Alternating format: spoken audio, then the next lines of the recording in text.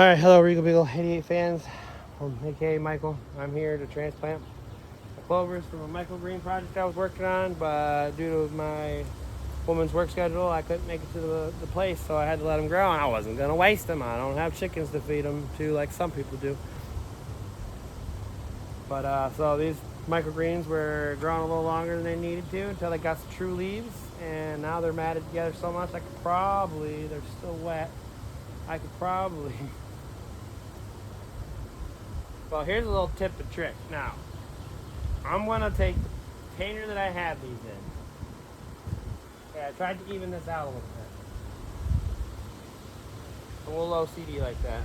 But I've already had everything checked out, and everything checked out good. I'm not OCD, I'm not ADHD, none of that.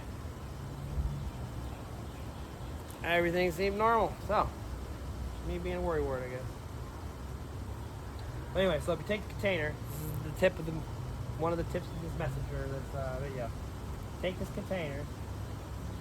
It's so wet in here, and I don't know if I like that, but I mean, it's great for transplants, I guess. Hopefully, it keeps the temperature down, because like I was saying in the other videos, I have a heat wave advisory coming in hot. It's supposed to be like 80, but it's supposed to feel like it's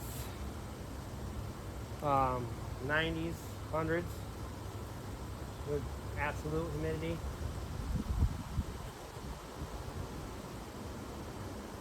So we're not really evaporating much of what's coming on here. So what I'm trying to do is I'm trying to judge about where I want this garden bed. Now I'm going to defy all normal logic, because I have heard from another channel that the spacing guidelines are more for tractors.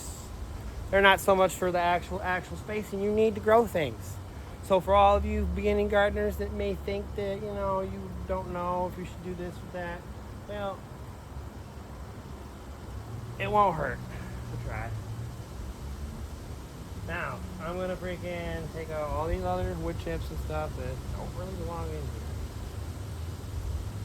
I did a bad job mixing my compost last year, or whatever, my woods and my wood.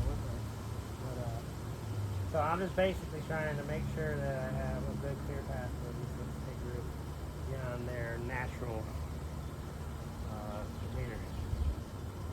And like I said, I hardened them. Don't forget to harden your plants if you've had them inside for some time. I never did research if it was okay or not, if they had been already grown outside, but I know my radishes weren't started outside. They were started inside.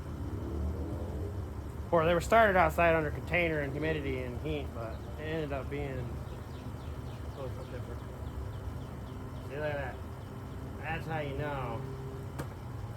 Look how white those are. That's good roots right there.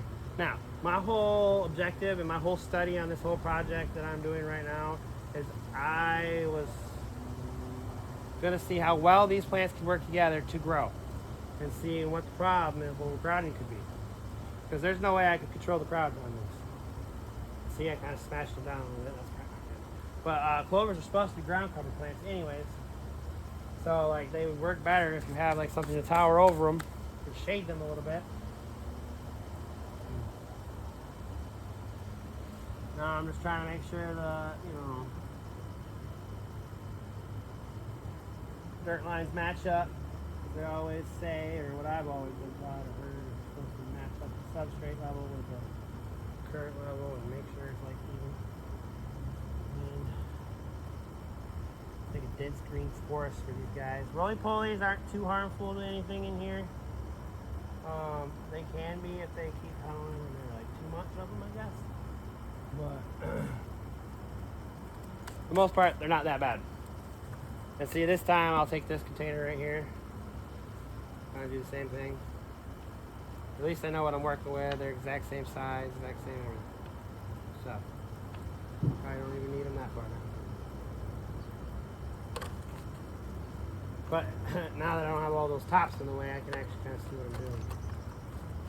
So when I kind of sure this up here, I don't want them too close to each other, but I do know that they're going to need to grow. Just curious to see how they will grow. This is about the right position where I'm going to get the most sunlight in my yard. Kind of sucks. Like plants like my sunflowers, I don't know how they're gonna do. I guarantee you they don't get the full 8+ hours they need. So you never know.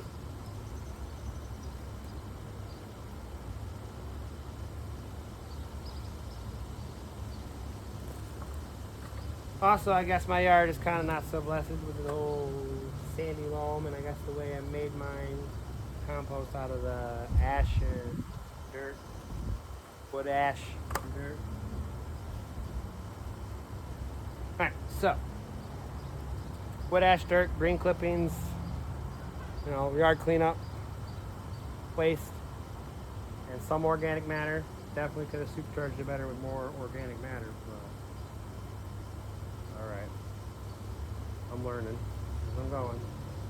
So when I do finally get that homestead I want, that property I want, I'll at least be planting a garden. I also got, see, like these roots, man, they're not as good. That means this plant's got a little bit waterlogged for too long. Guarantee that's why they're not looking so healthy. And I guarantee you that's why they're kind of fading from a darker green or a green to a light green or a greenish yellow. I thought maybe it had to do with the sun. No, I think it has more to do with their roots. Now they've been locked in together like that for a while, so it could be a long time before these even freaking grow, and they might not even grow because it's kind of late. Like I said, this heat warning is probably not the best idea. Well, this was the first day I got motivated enough to do it. I've had a lot going on. Trying to get past all that, move on. Just for the extra safety measures.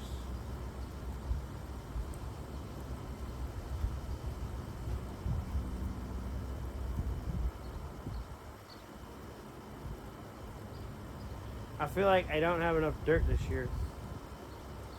And I could have shoveled more into here, but then I realized I don't want too much more dirt. Because I don't trust the structural integrity. I mean, this one over here, this bed here, I do.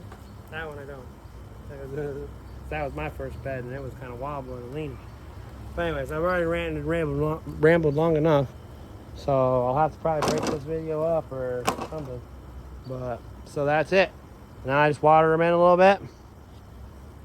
I'll go with the mist setting since the soil is already pretty wet.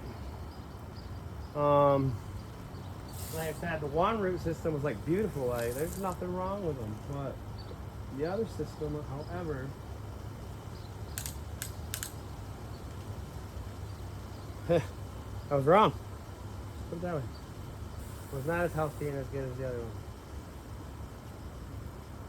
I just hope this whole stuntedness does not ruin these guys.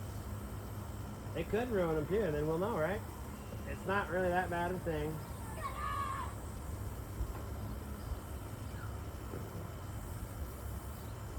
Like I said, we could turn this into a learning experience, and if it turns out bad, we can still do it again. So really all I'm doing is giving a little miss. I don't know how well. You usually don't water plants from the top like that. Try to get them down here at the soil, but I don't know how to handle this, and I wanted to make sure that substrate kind of effortlessly blends into this one. And hopefully that's also going to give any kind of supercharge to any kind of nutrient they would need. Considering they're so heavily dense together, they're all probably changing colors because they're also fighting for the fucking nutrients. That was the number one concern in the research had. Them competing what they needed to grow. As you can see, some of them tower over the others, and those ones are taking them more. I thought maybe, just maybe, we could test out these plants and see if they have a way of communicating with each other and adjusting all that before they get KO'd out here. So, we're going to test this out because I've never done this in radishes either. So, this radishes, I watered a little bit on top. I was trying to get him down in here and substrate more. Because you're supposed to water them in after you put them down in. So hopefully those roots will draw this water. I was a little worried about how that looks. But for right now, that is the radish transplants. This is going to be that test. Now I'm going to fill in the next part with some other stuff. I think it's time to transplant the basil or whatever. I'll have to double check to make sure I can plant those next to each other. But is Rico Beagle 88, aka Michael. Please like, subscribe, share.